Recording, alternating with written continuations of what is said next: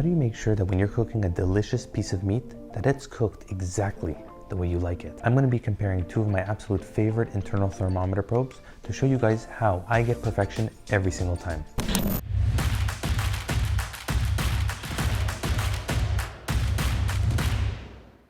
Hey there, my name is Ben and welcome to another Impossibly Kosher video. What is Impossibly Kosher? We're a channel dedicated to sharing the most incredible and delicious meals from all over the globe, using authentic and classic cooking methods, all while ensuring that they stay 100% kosher. If you're a fellow meat lover, you know exactly how expensive meat can get. And if you're kosher, it becomes a whole other ballgame. It actually seems that we need a separate budget just for our meat eating habits. So if you're going to be spending the big bucks on a good cut of meat, or a large quantity of meat, whether you're cooking it for dinner, for Sunday barbecue, for Shabbat, or whatever it is, whether it's steak, ribs, brisket, chicken, or even fish, you might as well be making sure that you're cooking it to perfection. Now, before we go ahead and jump into all the incredible information coming up, I'm gonna go ahead and annoy you with a huge request. Go ahead and subscribe to this channel. And while you're at it, give this video a big thumbs up. One small click for the viewer, one huge helping hand for the content creator. Anyways, with that done, let's get into it. If you go ahead and do a search on Google, there will be a million different ways from a million different people showing you how to make sure that your meat is cooked perfectly without any accessories. Whether it's using exact timing or that finger trick where you put your thumb to your fingers and depending on which finger and the feel it is here is how well your meat is cooked. The challenge with these two methods, if you're not an expert and you haven't been making meat for a long period of time, you may not understand the difference between this finger and the feeling here and then when you touch the meat, which may cause you to completely overcook or undercook that cut. The issue with exact times is that every cut is different. Some are fattier, some are more lean, some thinner and thicker, some heavier bones, less heavier bones, which means that every single piece of meat is different and cooks differently. So the only true way of making sure that your meat is cooked perfectly is by measuring the internal temperature. The internal temperature will tell you what stage of the cooking process the meat is in, whether it's rare, medium, well done, or something in between. All right, so there's actually a few different types of internal temperature probes that you can be using. The first one and the most popular is called an instant read thermometer. The instant probe thermometers uses the tip to measure the temperature, so all you got to do is stick it all the way into the center of the meat and it's going to tell you the temperature that it's at. The pros of an instant read thermometer is that it's fast, it's easy to clean, easy to store, and very, very practical. You just stick it into whatever you're trying to check the temperature of and voila. The cons, really, you can't leave it in the meat, which means that you got to keep poking the meat, which could leave a couple holes in there, letting juices out. It's not ideal, but when you're doing one check, two checks, it's great. All right, next comes a leave-in thermometer. A leave-in thermometer is very similar to the instant read in the sense that it reads the temperature from the center, but the benefit is that you actually leave it into the meat throughout the cook. This one is actually called the Thermoworks Signal. I use this one for almost all my cooks. What I absolutely love, you leave it in, you set the target to whatever temperature you're trying to cook to. It connects through Wi-Fi, so I can see and monitor it through my phone, which is really, really convenient. I actually use this religiously when cooking on the barbecue. It's very easy to monitor. I don't need to stand by it, so while it's cooking, I can go and do my thing. While the temperature continues to rise, I can always monitor it through my phone because it's Wi-Fi connected. But in general, leave-in thermometers are quite convenient over an instant read.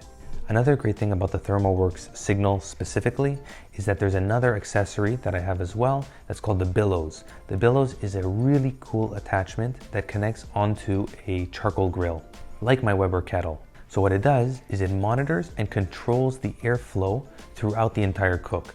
So it keeps the temperature constant or within a range. So when you're doing those long cooks, whether it's ribs or brisket that can take 6 to 12, even 14 hours long, it's extremely useful. It keeps the temperature, monitors the airflow so that it can keep it at a constant temperature.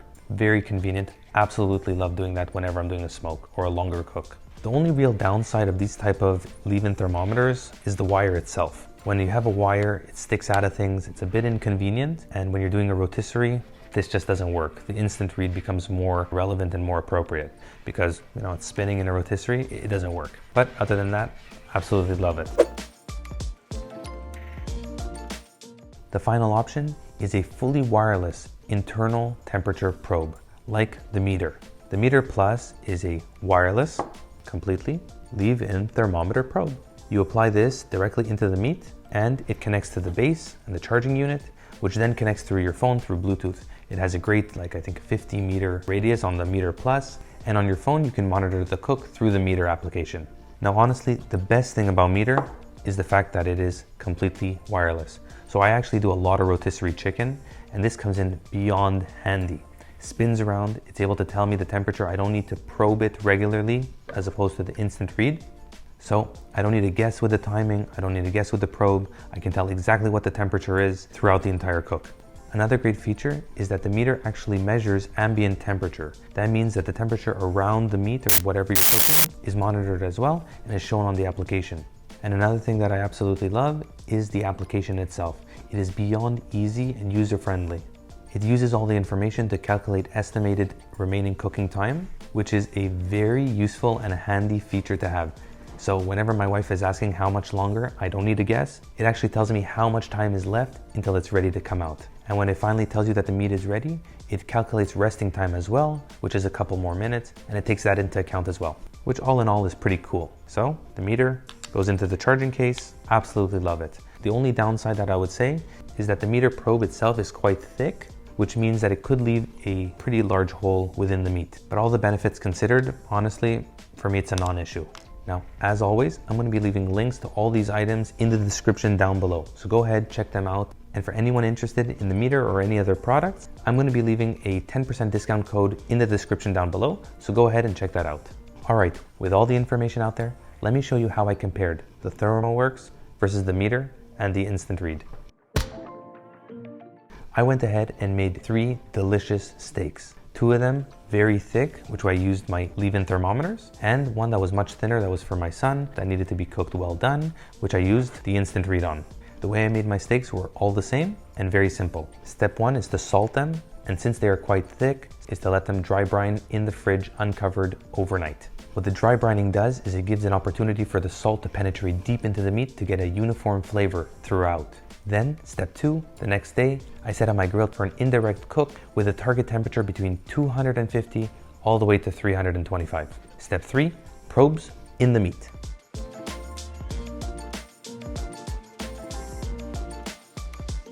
Crack on a little bit of freshly ground black pepper and some garlic powder. I like to keep my steaks extremely simple. Step 4 is to get them on the opposite side of wherever that direct heat is. That's why it's called indirect heat. And we're going to be starting with our thicker steaks because they take much longer to cook. We're going to be using a reverse sear method, which means first we're going to bring up the steak temperature and then we're going to sear it off at the end to get a nice color on the outside. Step 5, once the internal temperatures hit 105, it's time to take those bad boys off of the indirect and directly onto the heat to get a nice good sear. Why 105? Our target is 125, 130 for a medium rare, and that temperature is going to continue to rise. And we're going to want to make sure to get the sear on before it hits that temperature. Step 6. Twist, flip, twist again. That's how you're going to get those nice grill marks on your steaks. And as soon as the probes ding and tell you that your meat is ready, time to take them out and let them rest for at least 10 minutes. Now remember that the Meter tells you when resting time is done, so just follow the application and you'll do fine. Step 7. Once done, it's time to cut through the steaks to see how perfect they came out. Let's take a look at the Thermoworks first. Ah, perfect. That looks gorgeous. And now the Meter. Oops, I forgot to take out the probe. I'm so excited, I almost cut right through it. Look at that. Perfect medium rare. Both of them beyond perfection. And step 8, serve and enjoy. So I guess the question you guys are asking is, Meter, Thermoworks, instant read, which one's the best? My suggestion, when we're talking about steaks, if you're making something thin, instant read will do just fine. You really don't need anything fancy. But if you're going to start getting into 1-inch or thicker cuts of meat, then I definitely recommend a leave-in thermometer. And at the end of the day, both of these are incredible thermometers with both having individual benefits.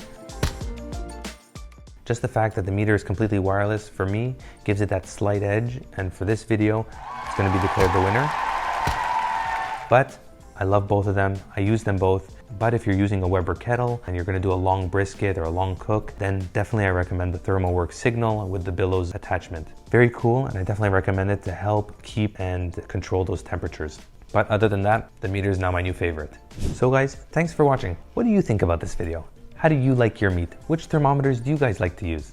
Let me know in the comment section down below. And if you like this video and the content and information that we shared, go ahead and give us a thumbs up. Subscribe to the channel and share it with your friends.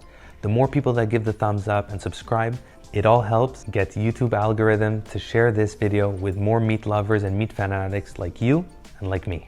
So thanks for tuning in, and I'm looking forward to seeing you in the next Impossibly Kosher video.